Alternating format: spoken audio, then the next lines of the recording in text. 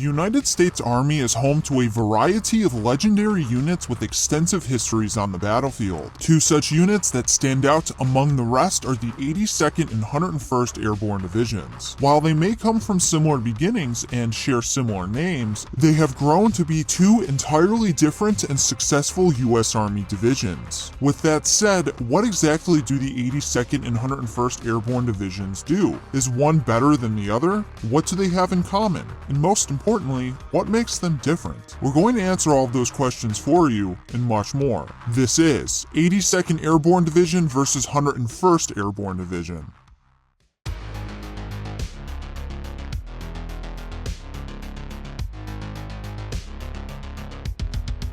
The 82nd Airborne Division traces its roots all the way back to World War I. Originally stood up as the 82nd Division in the National Army, the division contained soldiers from each of the 48 states, a very unique thing for the time. To boost unit morale during World War I, many of the Army divisions were making nicknames for themselves. A contest was held to choose a nickname for the 82nd Division, and thousands of entries were submitted by the public. Out of the numerous entries, the winning choice came from Vivian Goodwin. She proposed the nickname the All-American Division, highlighting the fact that the division comprised soldiers from each state in the US. This moment marked the birth of the iconic All-American Division shoulder sleeve patch, featuring a red square with a blue circle in the center. Over time, this patch would become one of the most widely recognized military symbols in the world. Fast forward to World War II, the US Army adopted and developed the airborne concept, and the 82nd would be the first US Army division to receive this designation, and from that point forward would be known as the 82nd Airborne Division.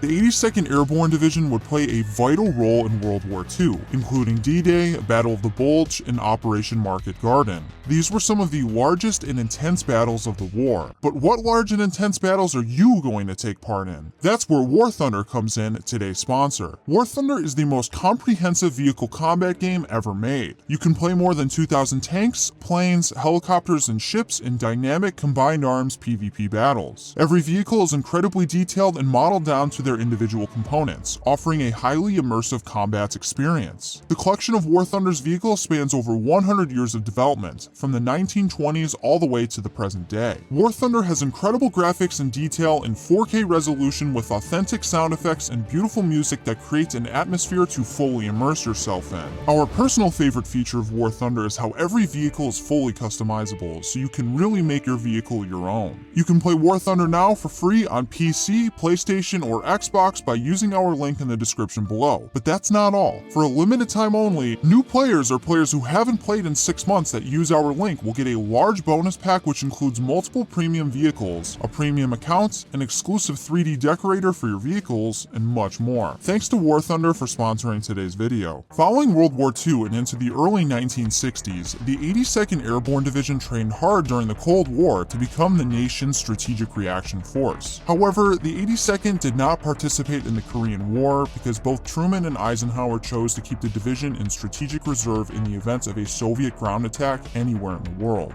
Despite that, they would move on to be utilized in the Vietnam War, Gulf War, and many of the major operations that took place after 9/11. Not only that, but they'd participate in Hurricane Katrina relief and would deploy often to the Middle East. Even recently, they were present for the Kabul evacuation in 2021. While the 82nd Airborne Division was the first of its kind during World War II, it certainly wasn't the only one. During the same month the 82nd Airborne Division was created, the US Army would also stand up the 101st Airborne Division, also known as the Screaming Eagles. Although the 101st Airborne Division had no history on the battlefield, the unit was ready to get to work. The unit's first commander, Major General William C. Lee, famously said that the 101st has no history, but has a rendezvous with destiny. As a division, the 101st has never failed that prophecy. The 101st Airborne would ferociously train for combat operations during World War II and were put to the test on D-Day, where their Pathfinders became the first Americans to set foot in occupied France. The division would play an integral part in the invasion of Normandy and would later play key roles in Operation Market Garden and Battle of the Bulge. During the Battle of the Bulge, the 101st would be surrounded in Bastogne, and the Germans demanded immediate surrender. This is where Brigadier General McAuliffe made history with his classic reply, "Nuts." Following World War II, the 101st was inactivated. 2 decades later, the 101st was called upon again and would play an integral role in the Vietnam War. Fun fact, the 101st was nicknamed the Chicken Men by the Vietnamese during the Vietnam War because their eagle insignia looked like a chicken to them. In 1968, the 101st shed their parachutes in favor of helicopter-borne operations, earning a brand new designation, the 101st Airborne Division Air Mobile. However, because of a shift in structure and orientation, the division was redesignated as the 101st Airborne Division Air Assault in 1974, which is how it remains to this day. Throughout the rest of the 20th century, the 101st would be involved in numerous operations in the Middle East. This would ramp up from the United States response to 9/11 all the way into the present day.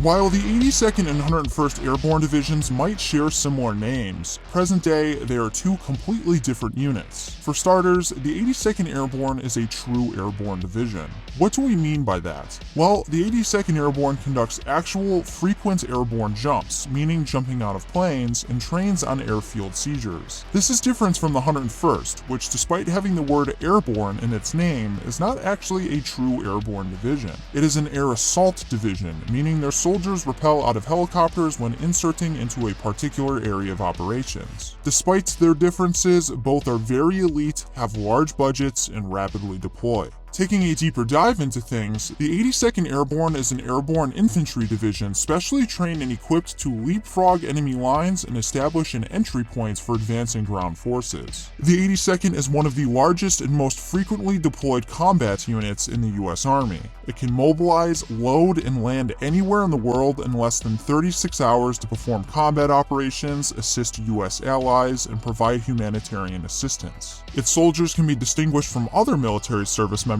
by their maroon berets. If you enjoy our content and want to support the channel, please help us reach our goal of 5,000 Twitter followers. If you don't have Twitter but still want to support us, please consider contributing to us on Patreon, where we have some pretty cool benefits. The links to these will be in the description and pinned comment below, or scan the QR codes on screen. Fun fact, even though the main separator between the 82nd and 101st is air assault capabilities, the 82nd does conduct some air assault missions from time to time. But again, air assault is the 101st's bread and butter, so much so that the 101st Airborne Division is the only air assault division of the US Army. It provides an unmatched expeditionary air assault capability to conduct forcible entry and other worldwide unified land operations in support of combatants' commanders. Its Combat Aviation Brigade, which is home to its aircraft, is the most decorated aviation unit in the US Army. They've flown hundreds of thousands of hours transporting millions of troops, and hold a record for the longest air assault in history. Both the 82nd and 101st are broken down into brigade combat teams, which is the basic deployable unit of maneuver in the US Army. Looking at things at a high level, they are both structured to have a headquarters element, 3 brigade combat teams, a combat aviation brigade, and a sustainment brigade. Both the 82nd and 101st Airborne Divisions consist of a multitude of soldiers from a variety of backgrounds and MOSs. Unlike other units, such as the 75th Ranger Regiment, there isn't a direct pipeline to these divisions. Instead, soldiers who are assigned to these typically attend US Army Airborne School or the US Army Air Assault Course, which conveniently brings us to the next section.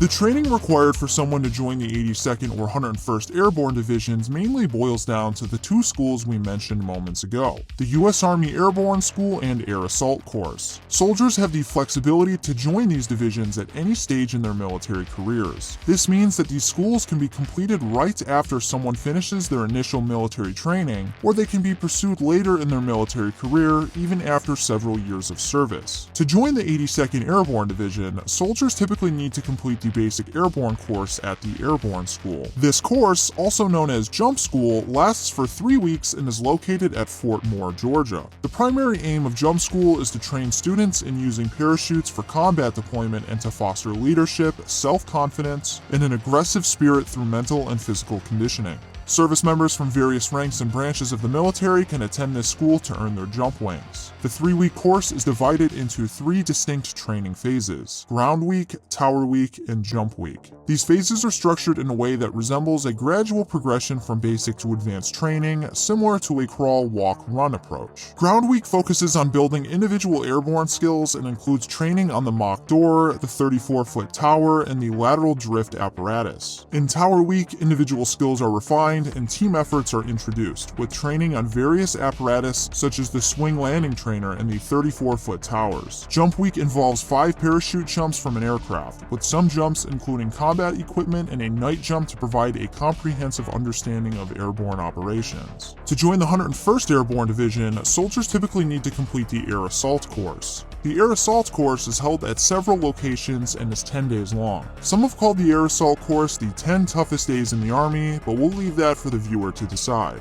The Air Assault course is separated into 3 phases: Combat Assault phase, Sling Load phase, and the Repelling phase. In the Combat Assault phase, soldiers are trained in various skills such as aircraft safety, aeromedical evacuations, and Pathfinder operations. They undergo 2 academic tests and conduct various physical training events. In the Sling Load phase, soldiers are instructed on the preparation, rigging, and inspection of various loads, including equipment like the M119 105 Mike howitzer, M998 Humvee, shotgun configuration, and more. They will undergo 2 academic tests and, among others, will be tested on a 6-mile ruck march. In the Repelling phase, soldiers are instructed in tasks like tying the Swiss rappel seat, hookup techniques, lock-in procedures, combat rappelling, and belay procedures. They perform multiple rappels from different locations, including the side of a 34-foot tower and a UH-60 Black Hawk helicopter, both with and without equipment. The course culminates with a 12-mile ruck march, where soldiers must complete with the prescribed uniform and equipment in 3 hours or less. If soldiers can't keep up or do not have all of the items on the packing list, they will not graduate with their class. Needless to say, it's no walk in the park to join the 82nd and 101st Airborne Divisions. Both of these elite Army units have contributed to the US military's success time and time again, and will likely continue on with their legacy doing just that. Let us know in the comment section below if you've served in either of these units. We'd love to hear from you. Another huge thank you to today's sponsor, War Thunder. Don't forget to download War Thunder by using our link in the description below. New players or those who haven't played for 6 months will get all of this cool stuff when you do. So come on. What are you waiting for? Join the action. The 82nd and 101st Airborne Divisions are the tip of the iceberg when it comes to elite US Army units. If you're interested in learning more about some of them, we've done a video covering every US Army Special Operations unit. Scan the QR code on screen or go to the link in the description below, along with our social media accounts. Well, that is the down and dirty of the 82nd and 101st Airborne Divisions. If you learned something from this video, make sure to give us a like and subscribe to our channel. As always, thank you for watching. Do you even want to be here? A special thank you to all of our supporters in our Patreon and YouTube membership. If you'd like to be featured in our videos, consider joining and go check out the links in our description below. Your contribution is greatly appreciated and will help us create more great content. All your friends are subscribing to General Discharge, and you don't even want to be here.